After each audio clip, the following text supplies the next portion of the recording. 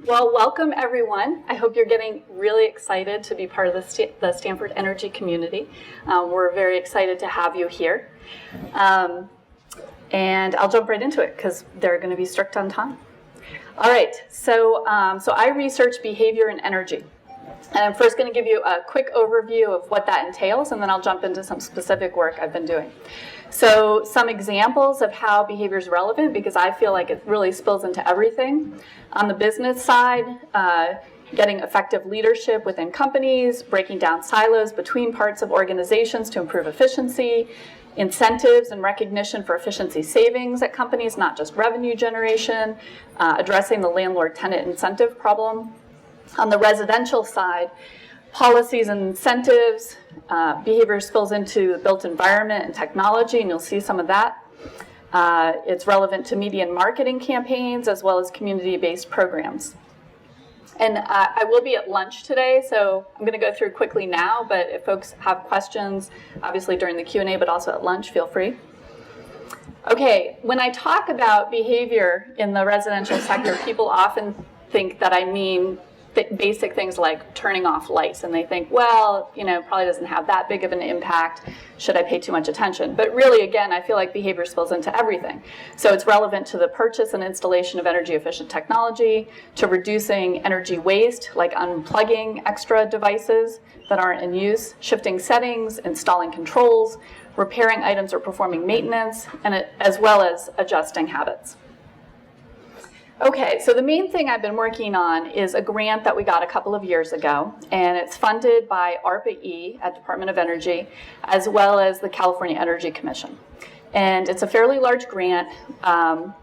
Professor Byron Reeves is the faculty director, soon to be switched to Jim Sweeney, and I'm the project director. It's very interdisciplinary. We have a span of 15 faculty across about 10 different departments. The departments range from civil and environmental engineering, computer science and electrical engineering, management science and engineering / economics, sort of on the one hand, and on the other hand, as well as design, and on the other hand, psychology, education, communications, and behavioral epidemiology at the School of Medicine. So it's a great and very diverse team. We have, depending on how you count, about 12 to 20 different projects going on. Okay, so our grant attempts to address the following problems. First, billions are being spent to produce smart infrastructure. For example, with all of the California investor-owned utility territory having smart meters installed already, and an estimated half of the US by 2020, yet the energy savings potential of this infrastructure, without careful consideration of the human element, won't reach its full potential. The second problem we attempt to address is that energy efficiency is difficult. Figuring out what to do and how to do it is difficult and boring. So how can we address both of these issues? How can we leverage smart infrastructure to maximize energy savings? Okay, so our solution is quantification, because sensors provide data and allow us to do quantification. With quantified data, we can provide diagnostics and personalized recommendations. We can increase motivation through specialized behavioral techniques such as feedback, incentives, markets, competitions, data visualization. And we can also use the data to create best programs with improved speed, ease, cost, and scale through objective evaluation of program energy savings. And there's several other benefits as well, but we'll start with these. Okay, so here's an overview of our project. We have a unique opportunity at this point in history, because on the left, we have wireless sensors which are becoming pervasive.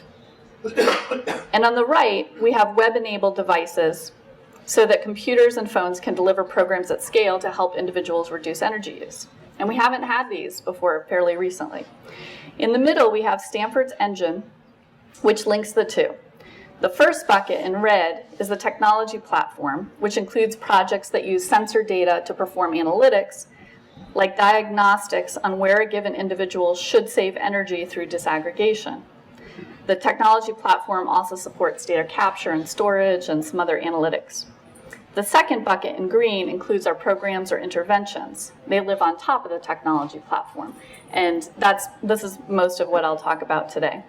And then the third bucket in blue includes modeling and evaluation. So here, quantification allows us to quantify program savings improve programs, and inform policy. So all the projects center around how we can leverage smart meter and other sensor data with behavioral techniques to maximize energy savings. Okay, so here's a web page where we can get to 5 out of the 7 of our behavioral interventions. I showed pictures of all of them here. And if you click on any one of them, they go to a project, which I'm going to give you a quick overview of several of the projects. And these are from that middle bucket of behavioral programs. So first we have Powerhouse. This project is led by Professor Reeves in the communications department. And there's a bunch of different functionality in the game. You can see an illustration of showing people smart meter feedback data. People can challenge one another through their connections and Facebook Connect to have Friday night lights out challenges, et cetera, and then you have an objective measure of who's won. The larger picture here is a game that's embedded within the larger framework or website. And in this game, the characters, household members, run around the house, and you help them to try to achieve all of their goals while using the smallest amount of energy. And this is interesting from a psychological standpoint because the time is sped up very quickly, and people receive feedback or reinforcement through points as to whether they're doing a good job. And so it actually trains people up fairly quickly on habits that they should be doing.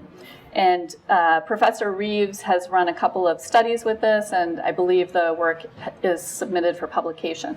And that's true actually of pretty much all the projects I'll be talking about today, because our initiative's been going on for a couple of years. There's experiments and things have either been submitted or published, and then work is continuing.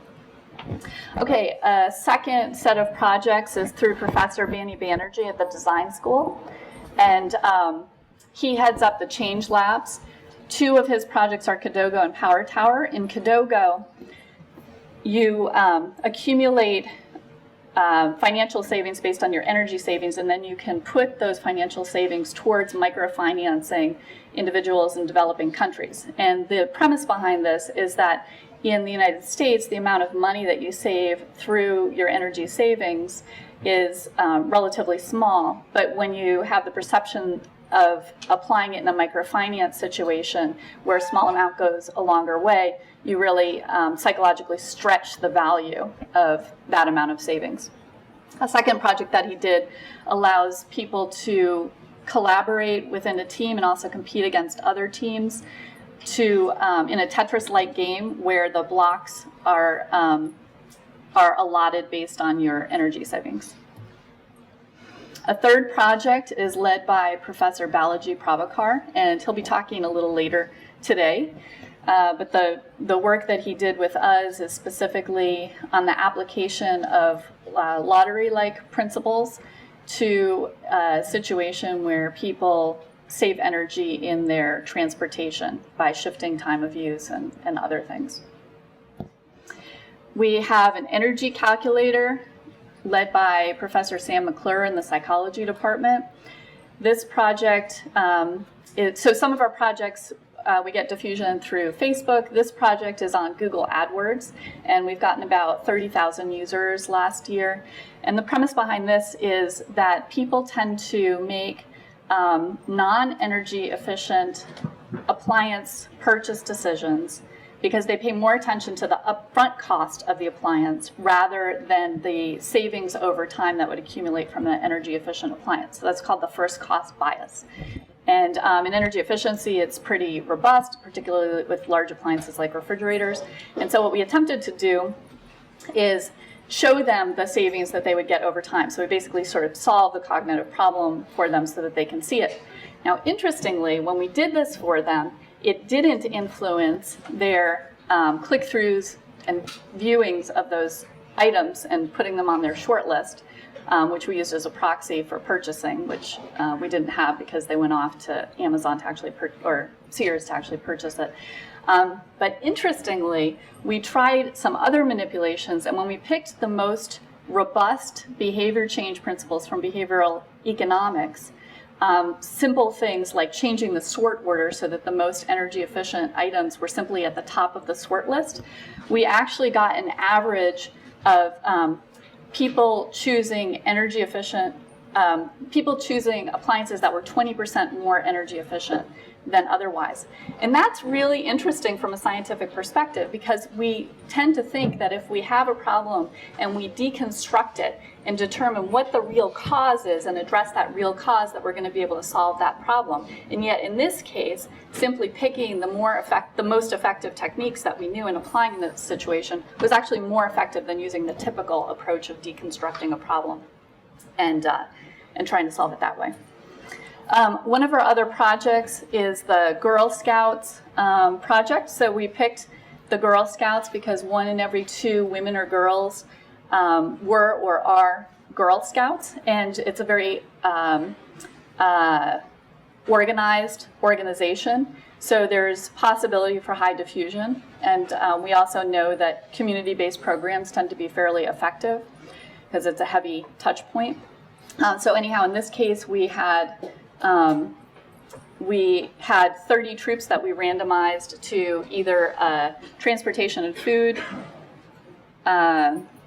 condition or a home electricity and gas condition, and each served as a control for the other, and we're in process of writing that up now.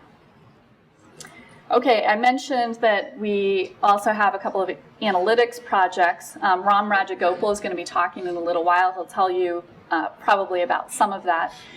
We also had a stream of work in energy disaggregation. So disaggregation allows us to take a whole building or aggregate energy signal and separate it into appliance-specific data. And so that can be helpful for people in guiding them to see what changes they should make in their home.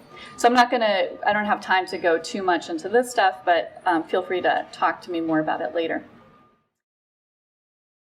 So we can take a question or two while we're waiting for this to... Hi, good morning. I was wondering if you could speak a little bit more about the incentives that some of the programs provide for people to actually change their behavior. Okay, so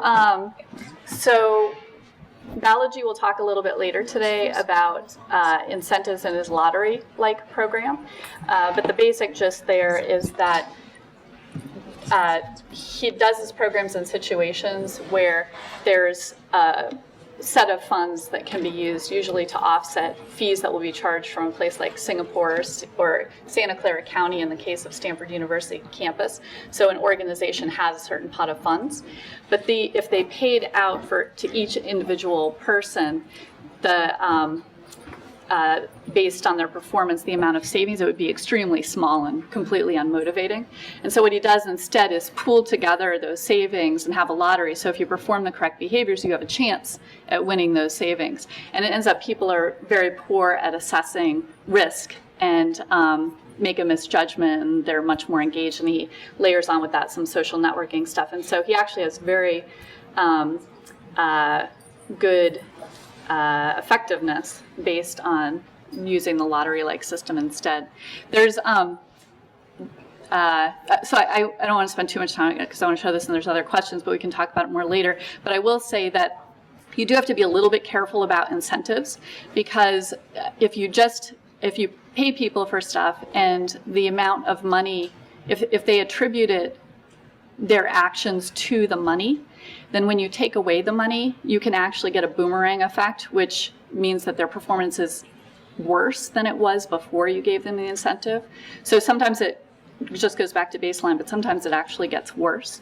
And that's been borne out in many studies. And the reason is because, or at least it seems this way based on the experimental evidence, some of the studies that have been done, is that people attribute their motivation to doing it to the money once you start giving them money. Yeah. So it's just need to be careful when doing that. All right. So any more questions? Yeah. You talked about working on incentives with homeowners and renters. Can you talk a little bit about that? Yeah, so I don't work on that specifically. Oh, wait. Are you talking about my first slide where I talked about the landlord tenant problem? Okay. So I brought that up as an illustration in the business scenario, but it does apply in the residential sector as well. We haven't worked on that specifically. We're more targeting homeowners because they can make larger purchase changes, heating systems, etc. But the renter population is quite large, and it is relevant, and a lot of this stuff should apply to them as well, just not all of it, and some of it may not be as high impact. But that problem is an interesting one, and I have talked to some VCs about it, and Jim Sweeney is interested in it. So I'm going to leave it at that, but during lunch, if you want to talk about it some more, and you might want to follow up with Jim, because he has some thoughts on that. Yep. Okay. Yep. Who are most of the people who are using this right now? Is it mostly Stanford and So this particular integrated program or all the programs? Okay. So as far as all the programs go, we have different subject populations for the different programs. So I mentioned Google AdWords. We have about 30,000 people in that. Balaji Prabhakar in the lottery stuff. He did a study in Singapore and then also on Stanford campus. Some of the testing has been done in student populations. We tend to use community college students rather than Stanford students because we think they're probably more typical of the general population.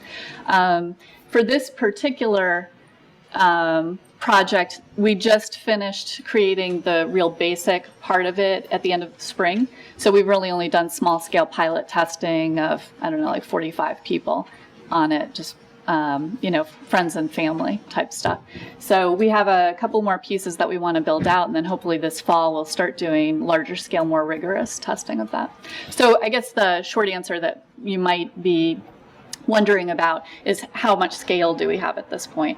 And for most of the projects, like Balaji's project, I think he had about 15,000 people in his last study, and then the appliance calculator about 30,000 people, et cetera. We haven't, so it's ranged from like a few dozen to that scale so far, but the goal for an integrative project is that we would scale out throughout the US and hopefully hit a fairly large proportion of people. So the hope is long-term to create an actual product as opposed yes. to the research to support and people. Yeah, and in fact, the funding from DOE is specifically for the next phase, is specifically for scaling out and making it self-sustaining. Yeah. Did you have a question? No. Okay. Any other questions? Yeah. How do you get the energy data on the specific tenant use from different appliances? Right. So there's a variety of ways to get the energy data, period, and then I'll tell you about the disaggregation in a second. So there's a lot of pieces of hardware on the market now where you can hook it up to your circuit breaker box, whatever. But we decided we did explore that, and actually Phil Levis's team on campus started making a piece of hardware and blah, blah, blah. But the short of it is that we felt like we were never going to get high diffusion if we went that route. And so then we switched gears and decided that we'd probably have to use smart meter data because the penetration is fairly large. Like all of California and all of Texas have smart meters in all residential and commercial buildings. You might be familiar that smart meter data, typically what you see is hour data. And that frequency is very difficult to do disaggregation. So then the second piece of it is you could install plug load monitors on all your devices. Nobody's ever going to do that. So instead we pursued a statistical approach, seeing whether we could analyze the data to infer which appliances went on at different times. And people have actually been working on this problem for quite a while, very small numbers of people, but for a few decades. It was popular in like the 70s when there was more of an energy crisis, totally died down in the last couple of years, kind of hit a revival, and the data is better now. So there's a few companies that work on getting the data from smart meters in the 10-second range, and can do about 10 appliances disaggregated. So as long as somebody has a smart meter in these places, and we're interfacing with Bidgely, which is one of these companies doing the disaggregation, they can automatically see it. So they might need to put in their utility username and password, but that's basically it, and they can see their data. I can talk to you a little bit more about this. There's one more piece of it that relates to activating your home area network so that you can get the 10-second data, but that's becoming fairly routine by utilities in the large states. Yeah. Did you guys have to work with the electric companies? No, we and I'm out of time, so I'll wrap up right after this, but initially we thought it would be beneficial to do this, and we beat our heads against the wall for about 3 years. And we have good relationships with all of them, but they're just very slow, and it's a huge amount of effort to do. And so there's a few different ways that the utility companies have routines to make it available to anybody, and so we can tap into it. The residents have to give permission, obviously, but it doesn't require any special treatment of us by the utilities. And in part, the Department of Energy has been excellent about, and the national government, the Chief Technology Officer's office have been really great about pushing the utilities into making it more streamlined to do that. Yeah. Great.